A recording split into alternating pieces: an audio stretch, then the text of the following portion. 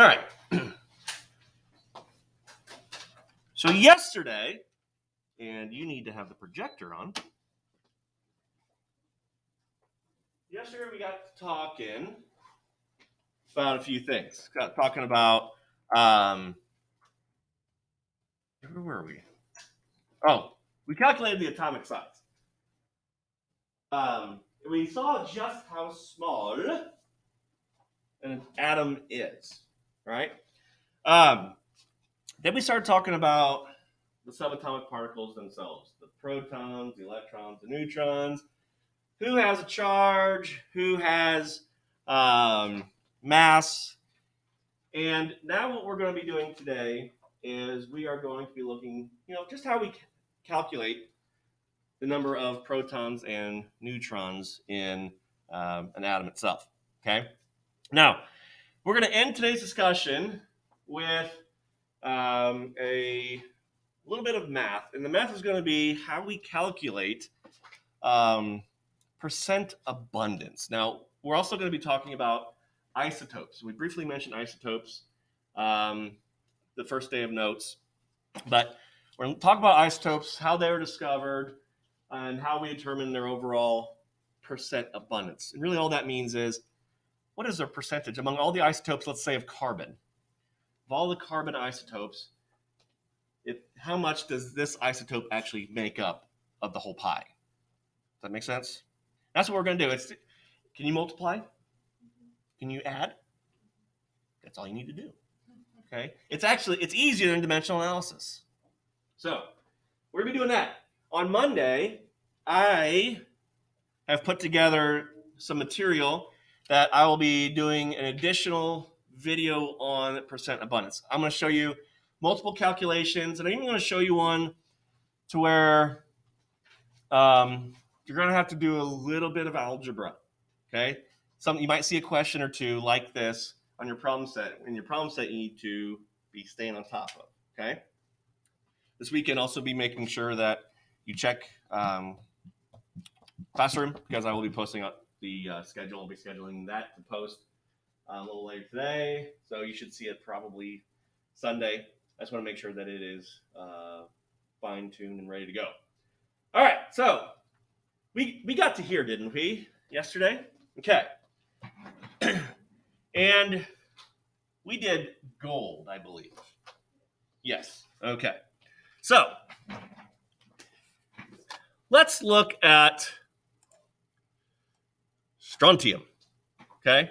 This is another way that we can see an atom written. Does anybody remember what this 197, going back to gold, represented? The what? Close. The atomic mass. Very good. And the atomic mass is made up of what? It's a sum of what?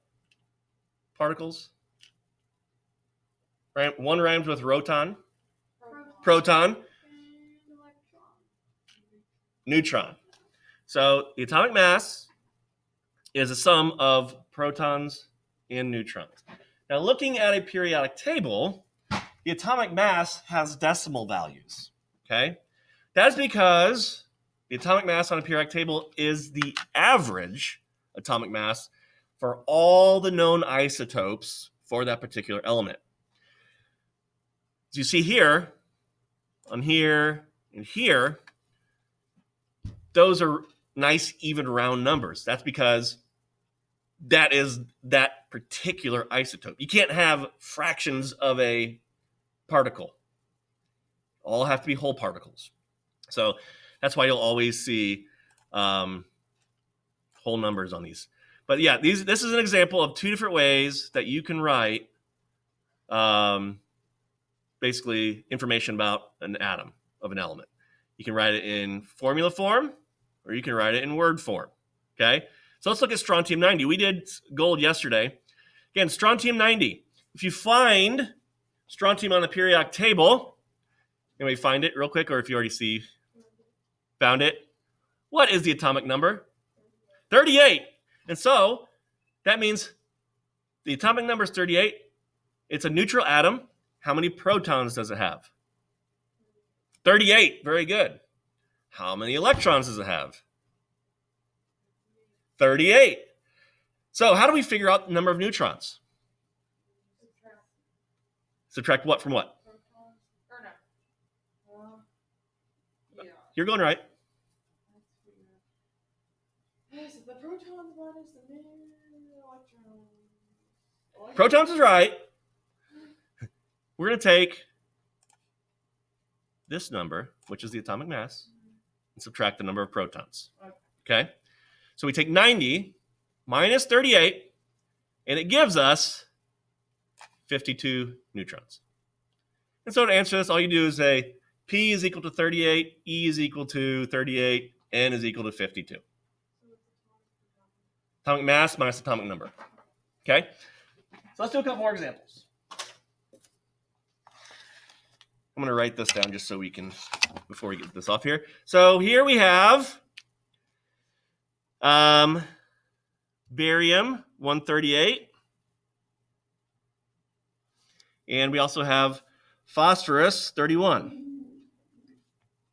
I'm just writing it down here before I minimize it. All right. Okay. Water and coffee needs to go there.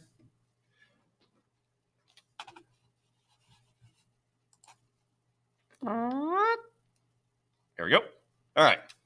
So protons, neutrons, and electrons. You'll see me write electrons often with that little E and the minus sign. That's just kind of a very common method of writing it. Okay, am I in your way? Okay. My big old head is in the way sometimes. Okay, so find barium on the periodic table. Can we find barium for me?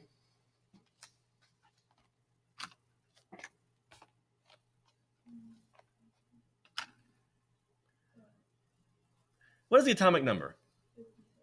56. So what does that number mean to us? Okay, and would you say it is a neutral compound? Do you see any plus or minus signs over here? No. So, as it is written, I mean, in the problem. So it's a neutral compound. So what does that mean? Awesome. And so now we need to determine the number of neutrons. How do we do that again? Perfect. So 138 minus 56.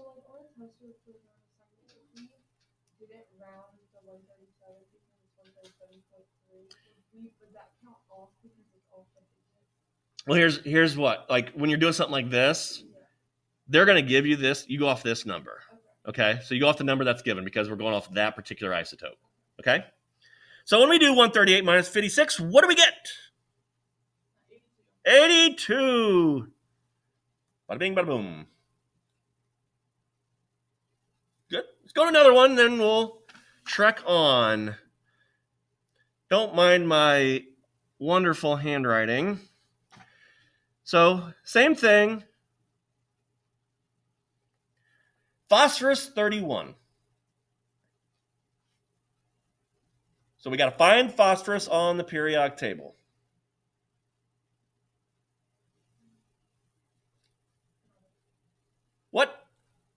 First of all, what's the symbol for phosphorus? P. Very good. So, what is the atomic number? 15. And again, we're assuming, because we don't see any plus or minus signs that were indicated to us on here, that it is a neutral atom. So, awesome. So you probably do this in your head. How do we figure out the number of neutrons?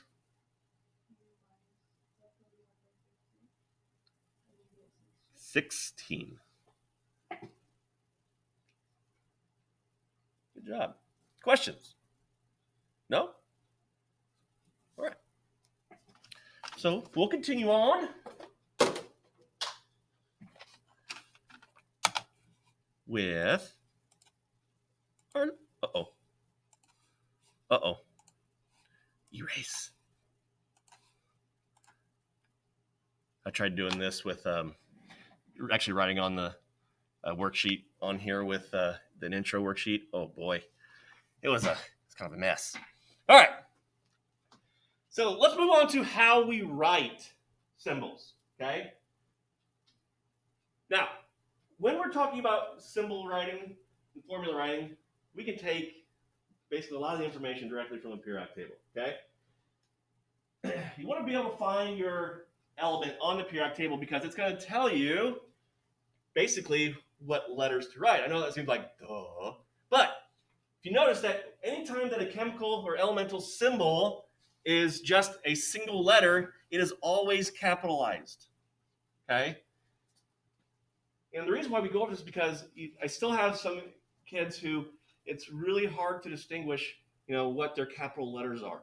They might, for a capital N, they still might do like a really big lowercase n. Can't do that, okay? So anytime it's a single letter that represents the chemical symbol, it's going to be a capital letter. Anytime it has two letters, the first one will be capital and the second one will be lowercase. Now, according to this periodic table over here by the fume hood, there are still 4 elements in yellow boxes right there, okay? Now, this periodic table was published in 2013, so a short 7 years ago. And you notice that those 4 actually have 3 letters.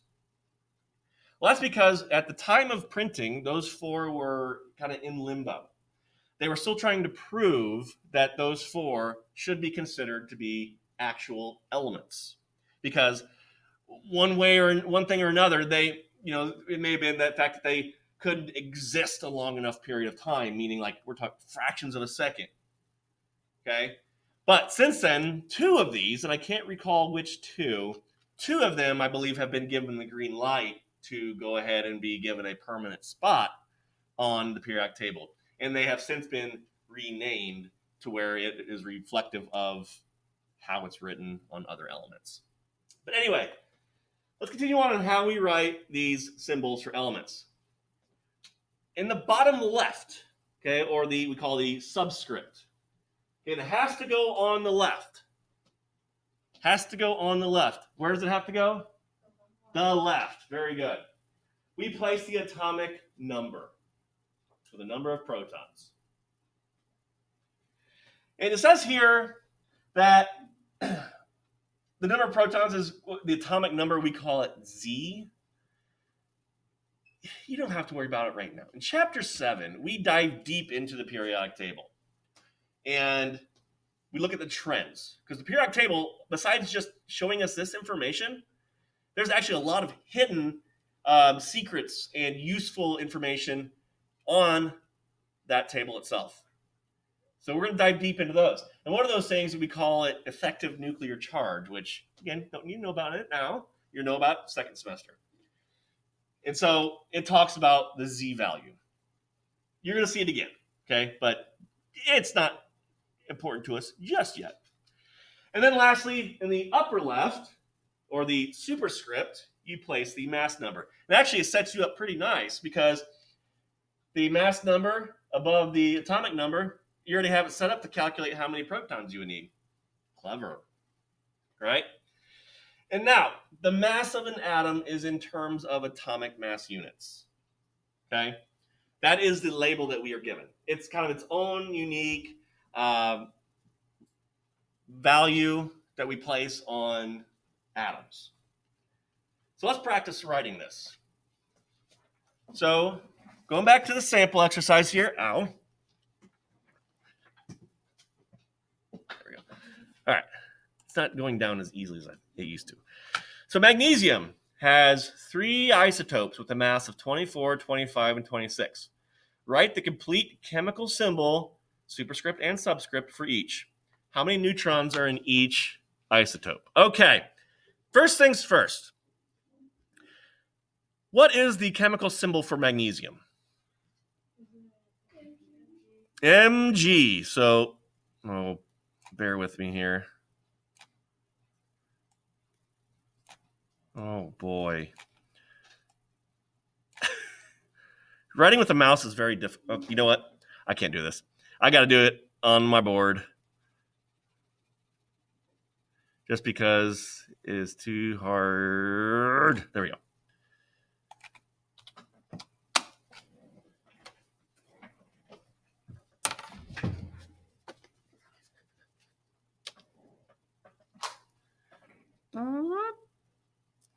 And then we go here. Okay. So Mg. So let's go ahead and write 3 Mgs. Okay. So looking back here, it says has 3 isotopes with mass numbers 24, 25, and 26. So where are those numbers going to go on these 3 symbols?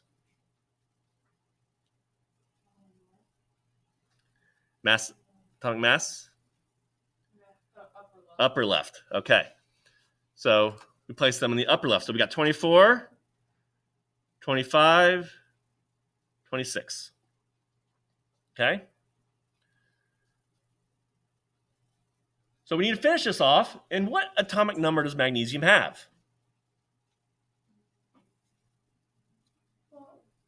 12. So where does that go? Bottom left. Very good. So we have successfully written the chemical symbol for magnesium, but we're not done yet. We are also asked to determine how many neutrons each has. So magnesium 24, how many neutrons does it have? Very good. Magnesium 25 and magnesium 26. Awesome.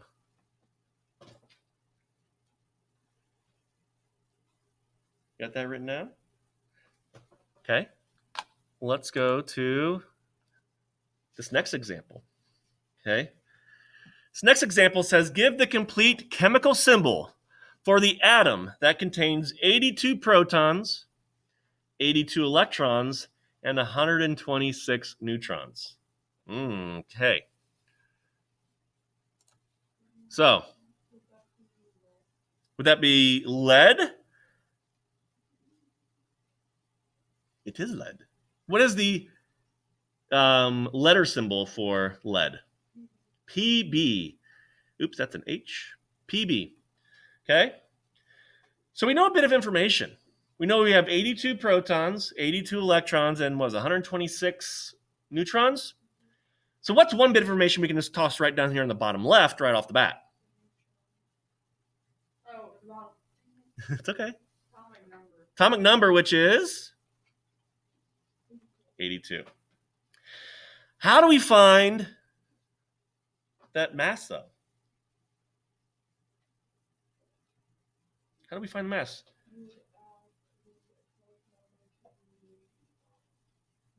Aha, very good.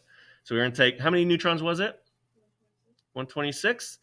And we're going to add 82.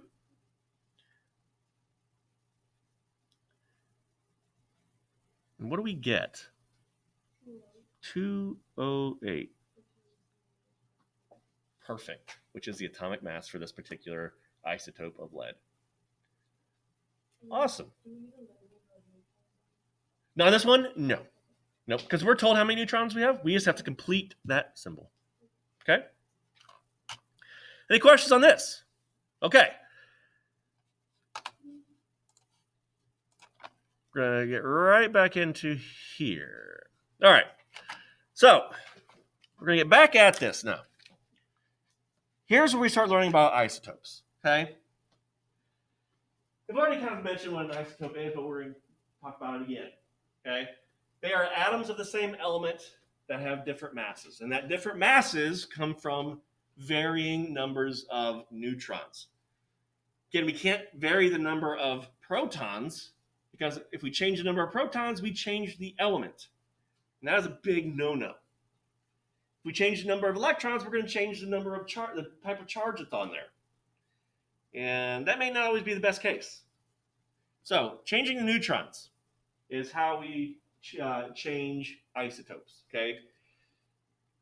So as you see here for carbon, we have different isotopes listed here on the left-hand side of the table. Still have the same number of protons, same number of electrons, but we see a change in the number of neutrons. Okay. Now, how we came about with the atomic mass, we developed a device, and it's called a mass spectrometer. We don't have one here for obvious reasons. But they were able to take this mass spectrometer and determine the overall masses of elements and compounds with pretty good accuracy. So we're going to just watch a really quick video on this process. But within the video, towards the end, it talks about what we're going to get ready to do. Okay, and I'm going to call out a point in this video that you want to pay attention to, because it's going to be one of the last problems that I do as practice on Monday's video for our class. Okay, so let's watch this. Welcome to subtopic 2.2, the mass spectrometer. The mass spectrometer is a vital instrument in many kinds of chemical analysis. But how does it work, and how do we interpret the data that we get from it? A mass spectrometer works in 5 stages. First, the sample is vaporized. Then it is ionized. Third, it is accelerated. Fourth, it is deflected. And fifth, it is detected. The deflection stage is the heart of the mass spectrometer. When we accelerate an ion, it would like to keep moving in a straight line. This tendency of the particle to move in a straight line, its momentum, is proportional to its mass. However, in a mass spectrometer, we use electromagnets to try to deflect the ions off their path.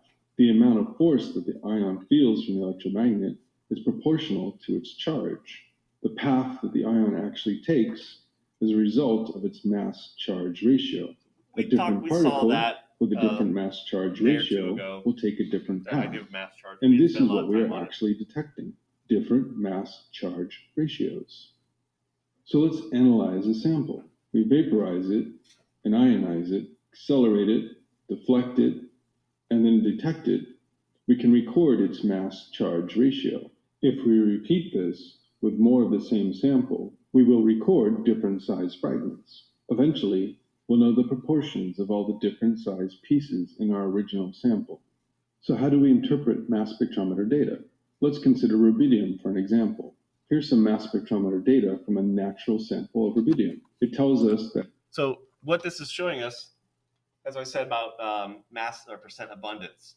So they take one sample and they vaporize it. And then within that one sample, it's going to contain these various isotopes, okay? So what this mass spectrometer tells us is that, excuse me, that 77% of their sample contains the isotope of, let's say, rubidium-85. And the remaining 23% is rubidium-87. Now, there are some that have multiple, as we saw with carbon. So you're going to get a couple additional percentages here. But what's one thing when we talk about percentage, what do they always add up to? 100. There we go. So I just wanted to stop there and explain to you how this is going to tie into what we're doing today. That 70% of this sample of rubidium was the rubidium-85 isotope, I just let him while the rest was the rubidium-87 isotope. If we multiply the percentages times their mass and add that up, then average that over 100 atoms, we'll find the average atomic mass. Oh, no! Well, we were at basically the end of the video anyway. I don't know why he decided to go. But what he was talking about at the end of the video was how we could take the atomic mass given to us for each isotope, the actual atomic mass, like the decimal for each isotope, and multiply it by its percentage. Now, we do something a little different, and you can choose which way you want to go. What he did was he kept his percentages in percent form until the very end, and then it's divided by 100. You can do that as well. Or you can do it the way we're going to do it. We're going to take it out of percentages first, and then kind of put it back in there. Either way, you're really looking at the same amount of steps. All right? So, anyway, because in the real world we use large amounts of atoms and molecules, we often use average masses in our calculations. And we do that by looking at the isotopes and their relative abundances. And excuse me, that's what we're going to do. It's the end of a busy week, as we see. It always happens early in the year. So let's take a look at a question. Okay? So get my little pointer here. Well, keep an eye on time for me, would you? Excuse me. So naturally occurring chlorine is 75.78% of chlorine 35. Okay. So these two go together. Okay. And 24.22% chlorine 37. These two go together. Okay. We are asked, excuse me, to calculate the atomic weight of chlorine. So when we say that, we're actually saying the average atomic weight. Okay. So I apologize. One thing we want to do before we do any real calculating is, in the way the book describes us how to do this, and again, it's how I've done it, is we're going to take those percentages and take them out of the percentage. Does that make sense? So basically, we're going to turn them in from a percentage to a decimal. Okay? How do we do that? We divide by 100 for each one. Very good. So this 75.78% becomes 0.7578. And the 24.22% becomes 0.2422. Okay? No. All right. So now that we have them removed from the percentage labeling, we can now calculate. And here's how we do it. Remember when I said, can we multiply and can we add? Here's where it comes in. So we take the newly removed percentage of 0.7578, multiply it by the attached AMU for that particular isotope. Notice how we're not using the round number. We're using the actual number, 34.969. Okay? So we multiply those two numbers together.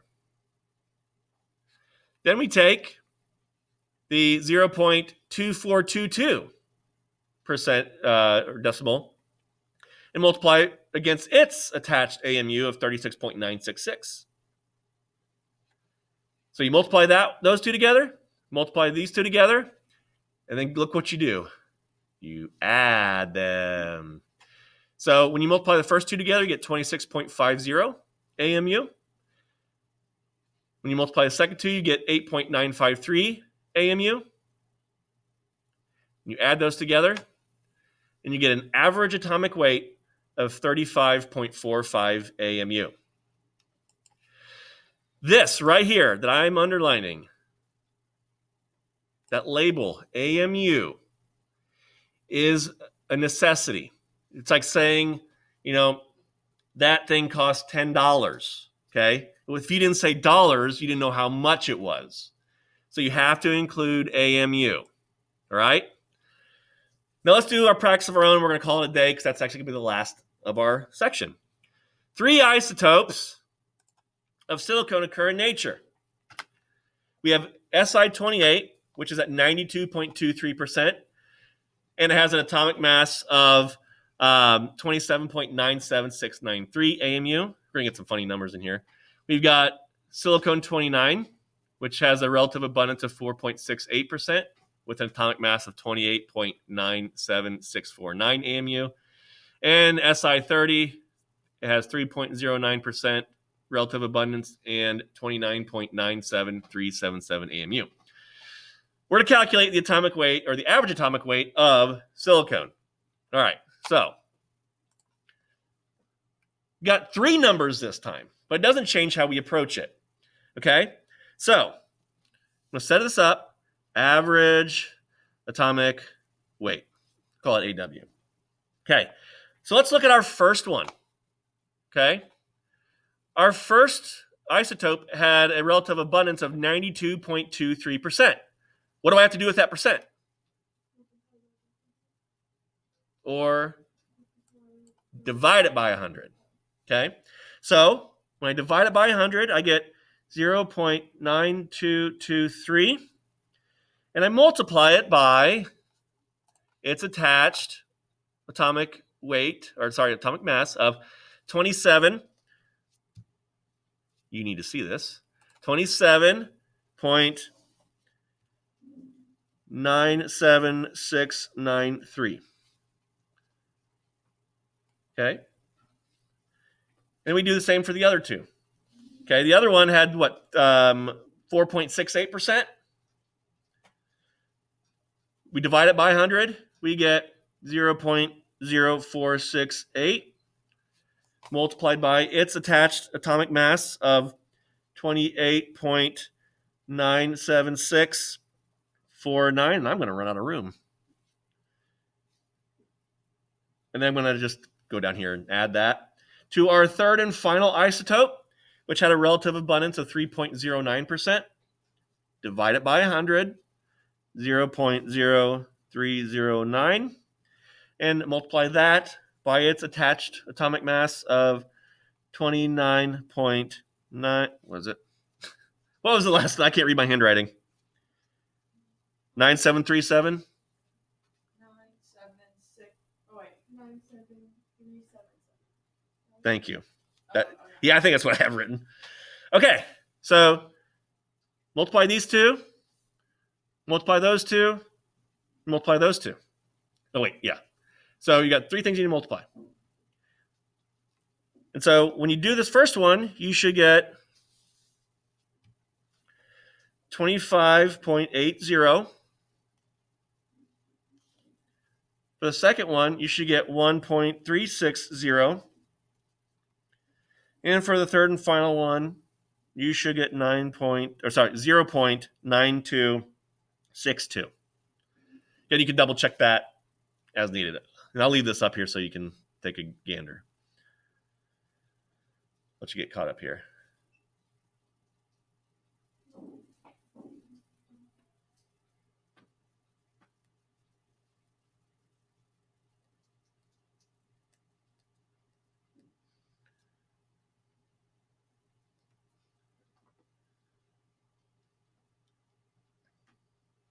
Are your numbers matching up to mine?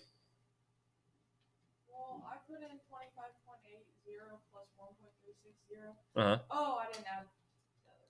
You need a third one? Yeah, we got to add this third one over here.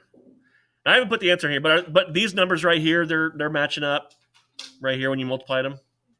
Okay. So what did you get? Blue nails.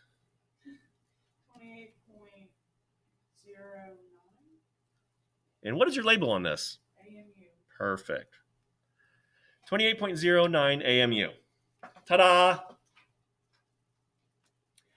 Now, we're going to call it a day, but on Monday, like I said, I'll be having a video with some extra practice problems on here. Okay, again, the more practice we do it. One of the questions I'm going to do, it's going to give us the average atomic mass, but we will be tasked with determining what their relative abundances are. It's not as scary as it sounds. Okay? It honestly takes about the same amount of work. So, you know how in algebra you have to solve for x? That's what we have to do. So I'm going to end this video, and I'll come around and spray your desks.